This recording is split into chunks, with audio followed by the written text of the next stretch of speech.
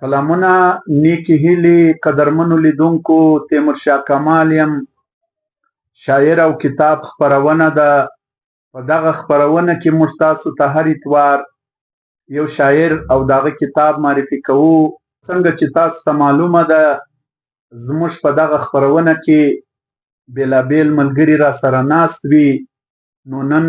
زما سره یو ځل بیا پروفیسر فیض محمد شهزاد صاحب ناست دی او ښي طرف ته مې عبدالمالک قلمیار ناست دی او پر کیمره باندې طاهر لیوال صاحب دی، د ستړي پښتون پیج چلوونکی. له تاسو څخه هیله کوو چې ستړی پښتون فالو کړئ او ستړی پښتون شیروئ ملګرو مخته. زموږ دغه ویډیوګانې چې د شاعر او کتاب په لړ کې تاسو ته خپروو دغه مخته شیروئ، نو داسې به د پښتو ادب او د پښتو ژبې وده ممکنه سي او پښتو ژبه او پښتانه شاعران به نوی کهول نوي ځوانان وپېژني، د کتاب سره به یې مینه زیاته سي او موږ به تاسو ته د سویلي پښتونخوا خواږه خواږه شاعران معرفي کوو او د هغوی کتابونه به تاسو ته وړاندې کوو. نو لکه څنګه چې تاسو ته معلومه ده په هر اتوار موږ یو شاعر او دغه کتاب معرفي کوو. نن موږ تاسو ته د ژوب د سیمې داود بخت مندوخیل درېیمه شعري ټولګه چې د ده لومړۍ ټولګه ستړي څپې او دویمه ټولګه د هیلو ډیوې وې، دغه ډېرې مشهوره سوې او ایوارډونه یې هم واخیستل. ستړي څپې کریم بخش ادبي ایوارډ اخیستی دی او د هیلو ډیوې ملکنډ ادبي ایوارډ او صوبایي ادبي ایوارډونه اخیستي دي. نو همدغه درېیمه شعري ټولګه چې تاسو ته یې موږ نن وړاندې کوو بې وخته ارمان نومیږي. دغه بې وخته ارمان د داود بخت مندوخیل چې په زړه پورې خوندور او ډېر خوږ شاعر دی، د ده پر کتاب باندې نن موږ غږیږو او تاسو ته یې معرفي کوو. بې وخته ارمان د داود بخت مندوخیل ډېره خوندوره شعري مجموعه ده چې ډېر خواږه کلامونه او نظمونه یا داستانونه هم پکې وجود لري. نو که تاسو دغه کتاب لاسته راوړئ او ویلولئ نو د ده پر شاعري باندې به نور خوندونه هم واخلئ. تر ټولو لومړی حسب روایت راځم د کتاب پیژنګلو ته. د کتاب نوم دی بې وخته ارمان. شاعر داود بخت مندوخیل د ژوب اوسیدونکی. د چاپ کال 2016 عیسوي کال. د چاپ شمیر 500. د ټایټل جوړونکی ښاغلی میر حسن خان اتل او کمپوزونکی په خپله شاعر دی. د چاپ ځای یونایټډ پریس کوټه. بیه 200 کلداري. د اړیکې شمیره یې ده، تاسو یې له ځان سره نوټ کړئ. که تاسو کله هم وغوښتل چې د محترم داود بخت مندوخیل سره ټلیفوني تماس ونیسئ نو پر دغه نمره تاسو د ده سره رابطه کولی سئ. 0344 80 11 533 0344 8011 533. دویمه نمره یې ده 0302 3931 191. پر دغه نمرو تاسو د ده سره تماس نیولی سئ او د ده د کتاب د ترلاسه کولو لپاره هیڅ کتاب پلورنځی تحصیل روډ میاخیل گلی ژوب، صحاف خپروندوی ټولنه کاسي روډ کوټه، دانش خپروندوی ټولنه پېښور. د دغه درو ځایو څخه تاسو د داود بخت مندوخیل بې وخته ارمان دغه کتاب ترلاسه کولی سئ. په دغه کتاب کې د خوندور کلامونه را یو ځای کړي دي او په دغه کتاب کې ډېر خوندورې غزلې او داستانونه شامل دي. نو که چیرې تاسو دا کتاب ولولئ د ده پر شاعري به نور خوندونه هم واخلئ نو زه راځمه د ده د کلام تر وړاندې کولو مخکې پروفیسر فیض محمد شهزاد صاحب ته چې د داود بخت مندوخیل په هکله باندې دی خپل نظر تاسو ته وړاندې کړي او بیا به موږ د داود بخت مندوخیل د کلام نمونې هم تاسو ته وړاندې کړو. جهان مننه تیمورشاه کمال صاحب، عبدالمالک قلمیار صاحب، محمد فایل یوار صاحب چې د کتاب د تعریفي کومه سلسله چې ستا ټولنې روانه کړې ده یقینا په دې نو راپرین هم درته وایو، شهباز هم درته وایو، داد هم درته وایو چې دا د نن ضرورت هم دی، د سبا ضرورت هم دی، بلکې د هر وخت ضرورت دی. او تر کومه وخت هدا چې داود بخت مندوخیل بې وخته ارمان یو کې دغه نوم ته وګورې چې څومره د خوند لري، د ده پر شعر، د ده پر فن، د ده پر شاعري یا د ده په فکر باندې چې کوم دی خبره کول دی. زه دا ووایم پر شعر بیا راسو زه لږ دی معرفي کړمه چې دا یو پروفیسر دی د ګورمنټ ډګري کالج ژوب، او بیا د ژوب او د ژوب ښار د ژوب تاریخ بالکل په دا پښتانه سیمې کې لکه چمن داسې دا ژوب او لورلایي چې خصوصا کلاسیک الله دا د ویشو خلکو ځای بالکل تاریخ په دې ګواه دی چې دا ډېر باشعور انسانان دي، نظریاتي دي، فکري دي، او د داسې نظریاتي او فکري ښاره څخه داود بخت مندوخیل چې راوځي یقینا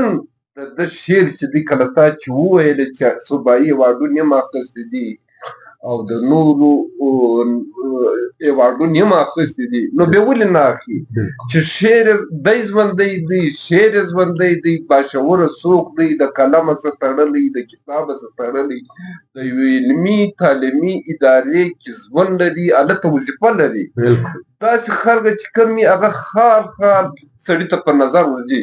او زه خپله د ده سره د شاعري پر سټیج هم درېدلی یم، په مشاعرو کې هم ورسره درېدلی یم، په ټي وي پروګرامو کې هم ورسره راغلی یم،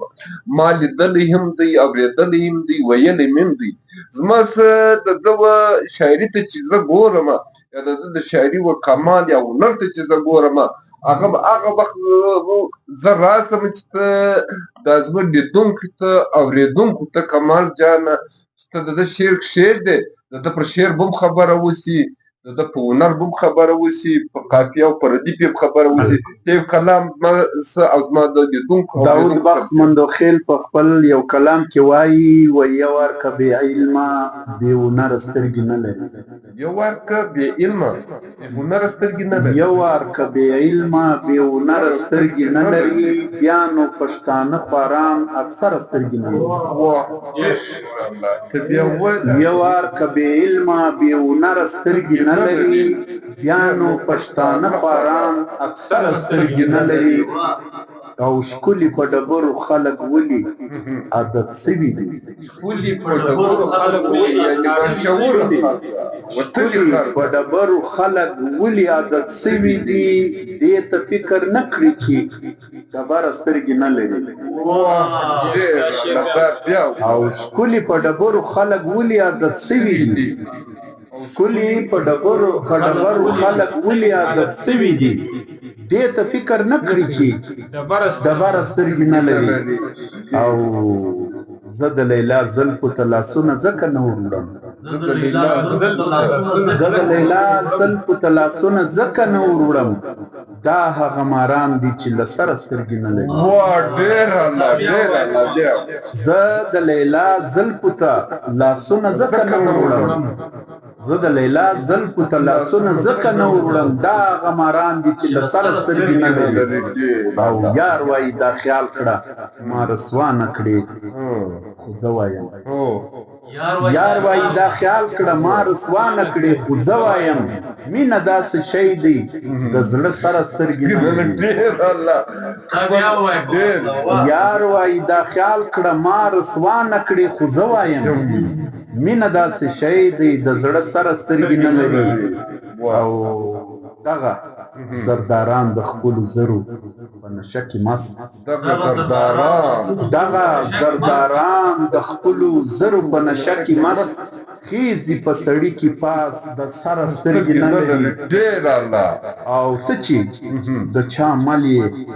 کړانده وي منزل ومومي ته چې د چا مل یې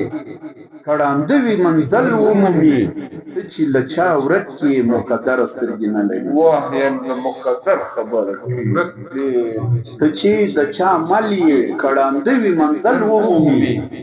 ته چې له چا ورک یې مقدر سترګې نه لري او بخته نوره پوهه کوي هر څو غرونه غرونه وي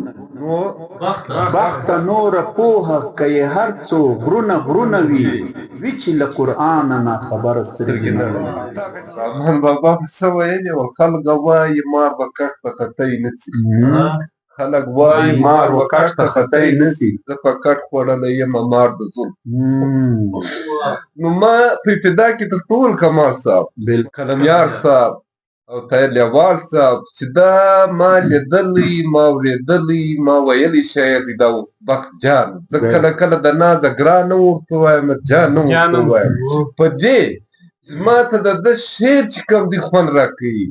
څومره چې شعر خوند راکوي د هغوی خیال خوند راکوي د خیال سره سره د ده فکر خوند راکوي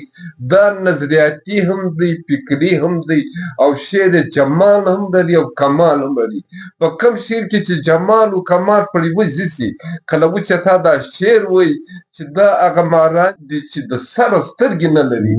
دلته واقعي داسې ماران پر دا وطن پر دا خاوره پر دا خاک باندې مسلط دي نه تا ګوري نه ما ګوري چیرې وارې په در وکړي دغه چونکې دا یو رزمیه شعر دی نه و بظاهره چې کوم دی نه د دغه تخلیق انداز داسې دی نه ستا ته پټ دشمن چې دی هغه د لیرې درته په ګوته کوي او ته یې وینې زما او ستا پر خاوره هره ورځ ناببره یو په ډبره ویشتل کېږي پرون وو او نن نسته دا رنګه د ده ټوله شاعري چې ووایه او زه یې بیا دا وایم چې کمال ته یې بله شعر راته کښېږده دی وایي چې وخت به راځي چې فرعونان به واک او زور نه لري وخت به راځي چې فرعونان څنګه د امید خبره وخت به راځي چې فرعونان به واک او زور نه لري شداد جنت قارون دولت نمرود به اور نه لري دا بیا وخت به راځي چې فرعونان به واک او زور نه لري شداد جنت قارون دولت نمرود به اور نه لري څو تلمیات یې پرې وزي او وخت به راځي چې ګل به بوی بلبل به شور نه لري وخت به راځي چې ګل به بوی بلبل به شور نه لري باغ به ضرور وي خو ګلونه به سمسور نه لري وخت به راځي چې ګل به بوی بلبل به شور نه لري باغ به ضرور وي خو ګلونه به سمسور نه لري او وخت به راځي د انسان وینه به ارزانه سلاح وخت به راځي د انسان وینه به ارزانه سلاح مجرم به ګرځي بې سزا جرم به پور نه لري وخت به راځي د انسان وینه به ارزانه سلاح وخت به راځي د انسان وینه به ارزانه سلاح مجرم به ګرځي بې سزا جرم به پور نه لري وخت به راځي توپیر به نه وي د روا ناروا وخت به راځي توپیر به نه وي د روا ناروا واک به د هغو خلکو وي چې پلار او مور نه لري وخت به راځي توپیر به نه وي د روا ناروا وخت به راځي توپیر به نه وي د روا ناروا واک به د هغو خلکو وي چې پلار او مور نه لري او وخت به راځي چې د ځان ګټې ته به ګوري هر څوک وخت به راځي چې د ځان ګټې ته به ګوري هر څوک د سودخورو قدر به وي قدر به ورور نه لري وخت به راځي چې د ځان ګټې ته به ګوري هر څوک د سودخورو قدر به وي قدر به ورور نه لري او وخت به راځي چې داسې حال به وي د جنګ او فساد وخت به راځي چې داسې حال به وي د جنګ او فساد ژوندي به نه لري مسکن مړي به ګور نه لري وخت به راځي چې داسې حال به وي د جنګ او فساد ژوندي به نه لري مسکن مړي به ګور نه لري وخت به راځي چې پښتانه به هم لکړي پښتو وخت به راځي چې پښتانه به هم لکړي پښتو تور او ننګ به څه لري بخته چې کور نه لري یو عجیب ما یو ځای ویلي دي کمال صاحب نه وایي هدیرې تر ښارو پراخې سوې شهزاده هدیرې تر ښارو پراخې سوې شهزاده پکې ښخ دي سره ګلونه صبر صاحب ډېر الله اوس د غلط نظام د غلط سیستم چې نه تور لري او نه پور لري نن ته دغه ړندې ټولنې ته وګوره دا جاهلې ټولنې ته وګوره دا هغې ړندې وجابې ټولنې عکاسي په خپل شعر کې په کوم انداز کې کوي او دا هغه څوک کولی شي چې فکر ولري نظر ولري شعور ولري ما په ابتدا کې وویلې چې مندوخیل صاحب چې کوم دی پروفیسر داود بخت مندوخیل چې دی دا د قلم د کتابه څخه تړلی دی د ده په نظر یو خو زه دا ووایم چې شاید په یوه وخت کې پر یوه شي سمجوته نه کوي څه چې وینم هغه د ده موضوع وي اوس د ننني دور ده څرنګه عکاسي وکړله وخت که څه هم مرهم وي نه د وخت نظر یې زما و مخ ته ستا و نظر بلکې په کتاب کې تحریل کوي او څه یې کوي داسې شاعران داسې ځوانان چې په یو قام ولري او داسې فکر والا انسانان چې څوک ولري هغه قام که غلام هم ازادېږي به هغه که خاورې هم شین کېږي به نه ته دا رنګه یو بل شی پیدا که نه نور خبره داود بخت مندوخیل قدرمنو لیدونکو وایي په یو بل شعر کې وای دلته څومره انسانان دي یو امام پکې پیدا شي دلته څومره انسانان دي یو امام پکې پیدا شي یو خواخوږي د ښه ژوند او د اسلام پکې پیدا شي دلته څومره انسانان دي یو امام پکې پیدا شي یو خواخوږي د ښه ژوند او د اسلام پکې پیدا شي د خوشحال بچي هر کله له مغول سره جنگ کړي د خوشحال بچي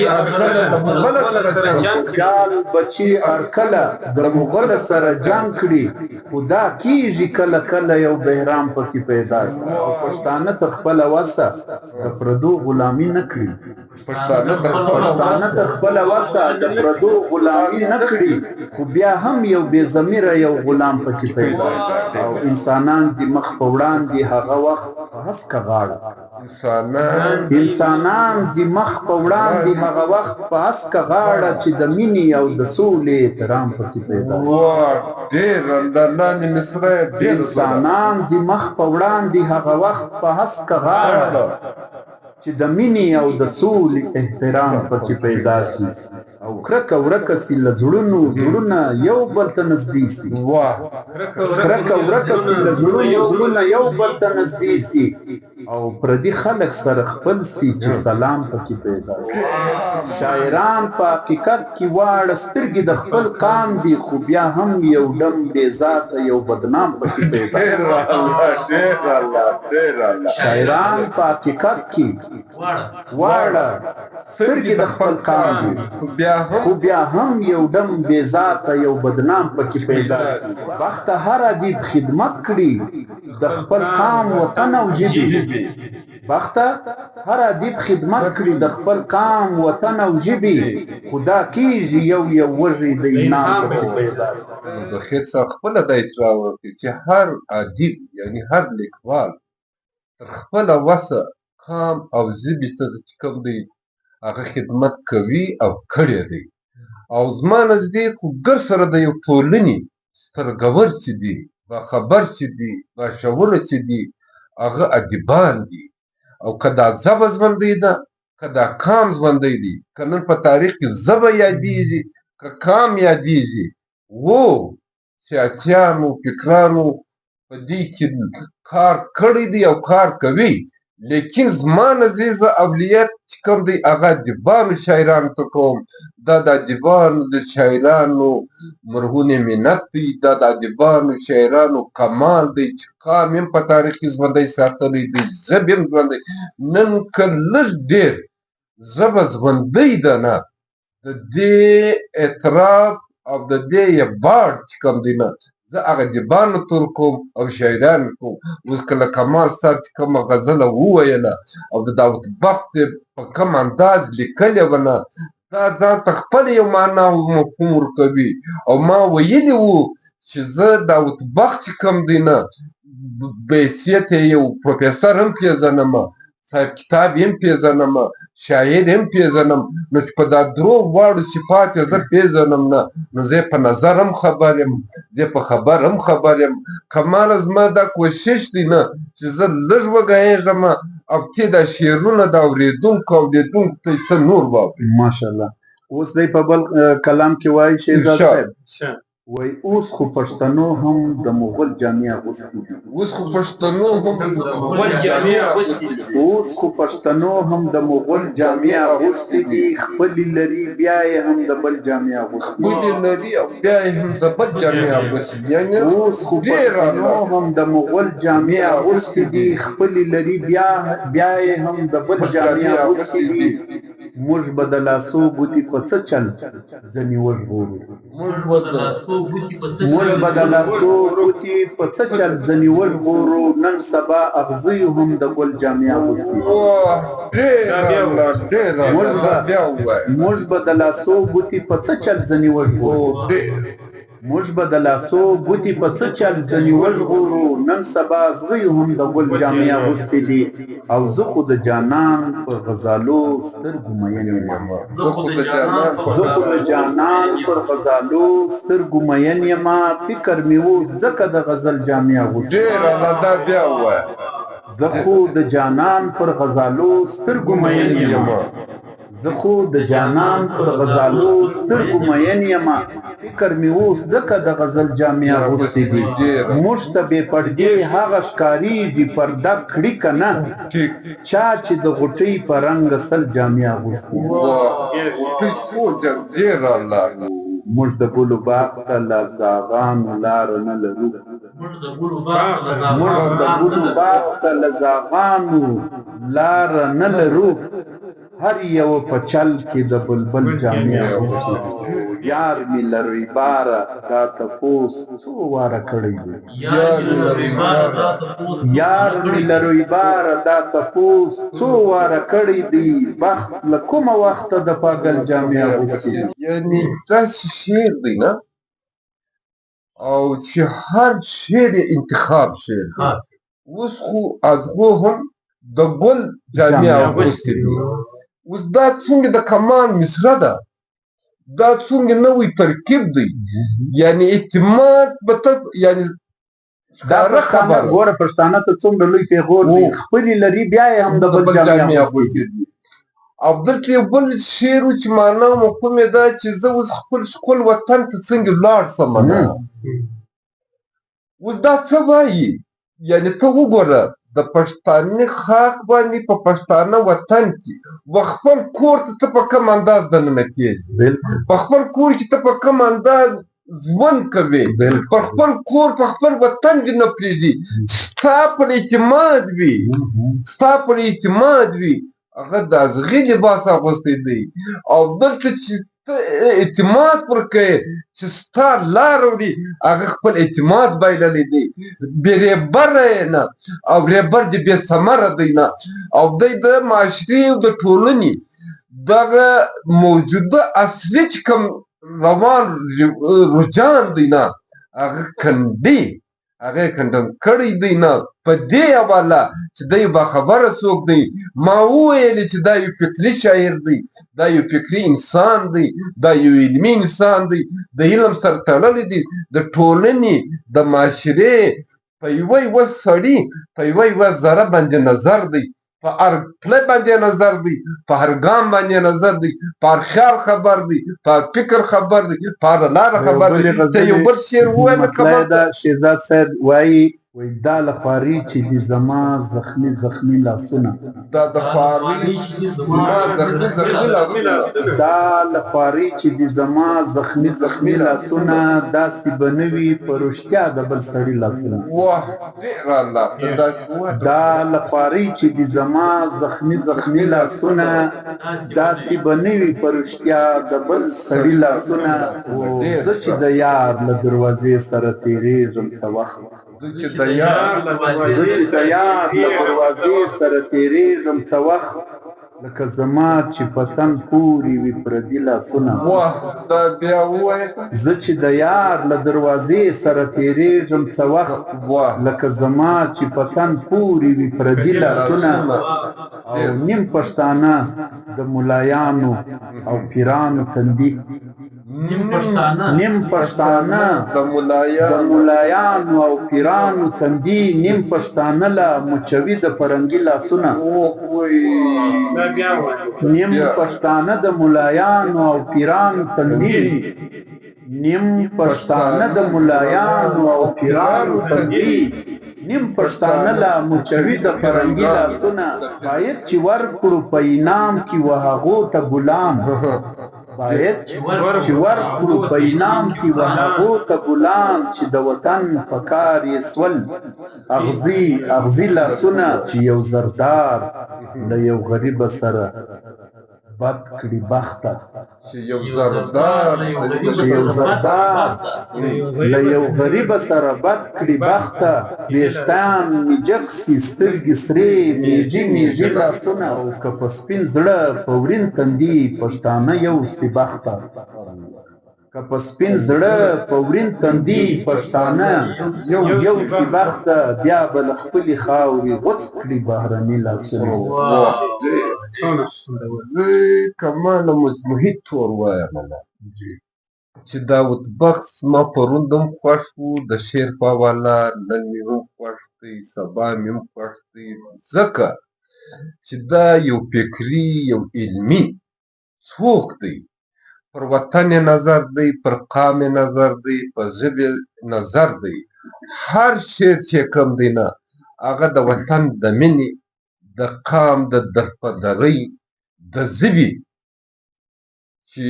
نه د چا د تندي خال سوه نه د چا د لڅو وریځې سوې پښتو ژبه نه په دا ټولو دی خوړل کېږي نه او بیا ته وینې ستا په وطن کې زما په وطن کې زموږ پر خاوره زموږ په ژوند کې خپل څومره درته پرېږدي وي د اغیارو ملګري وي نو ځکه دا کارنام د ده د ټولو شاعري عنوان چې دی د خاورې ازادي د قام ازادي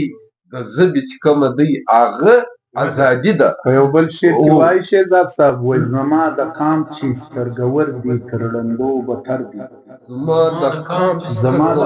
چې سترګور دي تر ړندو بتر دي ویش پکې نسته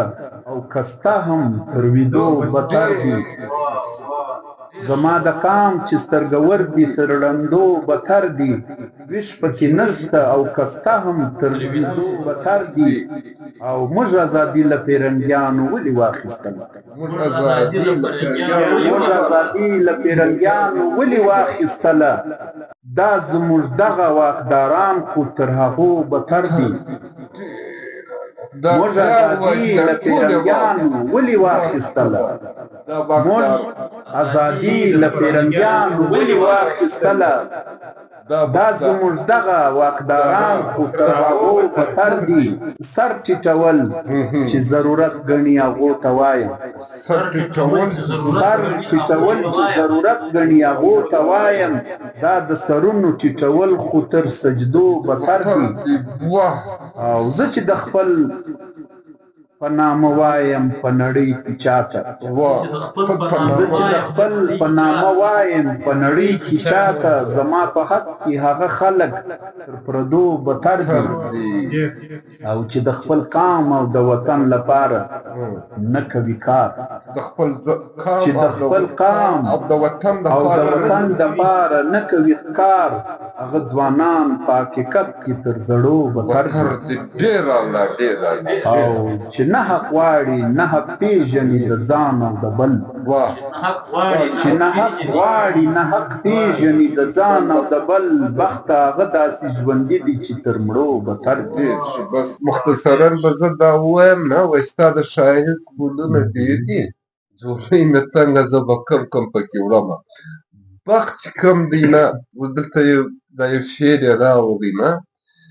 ګوره دا یو درد دی هغه درد چې دی ستا عنوان ګرځي نه چې ازادي د چیش دپاره وي پر موجوده قیادت باندې اعتماد بایللی دی وطن به ازاد وی قام به ازاد وی خاوره به ازاد وی که لیبري سوې وای او د نه لیبري د وجې سره نه لکه چې هغسې غلام یمه د ستونزو سره مخ یې نه د هر زورور قوت سره مخ یې بس کمال چې څونې پر وګایېږي نه د غومرې لږ ده زه مختصرا ما درته اردونګې وایم چې داود بخت دې راته ژوندی وي او دغه شعرونه قلم دې ژوندی وي فکر دې ژوندی وي او ټول روب زنده‌باد امین امین قدرمنو لیدونکو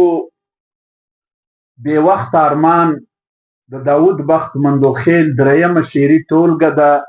دا کتاب لاسته راوړی په دې کې نور هم ډېر خو د وخت د کمښت له وجې موږ تاسو ته د ده نور خواږه کلامونه نسو وړاندې کولی خو چې څه انتخاب مو کړی و هغه مو تاسو ته وړاندې کوي په دې هیله باندې چې ستاسو به د داود بخت مندوخیل دا خواږه کلامونه ډېر خوښ سوي وي او دغه ویډیو د موږ سره مخ ته شیر کړئ ستړی پښتون یاد لرئ او دغه ویډیوګانې شاعر او کتاب له موږ سره بدرګه کوئ ملګرو دا به ستاسو د پښتو ادب او د پښتو ژبې د خپلې مورنۍ ژبې سره د خدمت مرسته وي چې کوئ یې موږ له تاسو اجازه غواړو تر بل اتواره زه تیمورشاه کمال او پروفیسر فیض محمد شهزاد صاحب عبدالمالک کلمیار صاحب او طاهر لیوال صاحب له تاسو ټولو اجازه غواړو تر بل اتواره مو پر الله سپارو ژوندي او بریالي اوسئ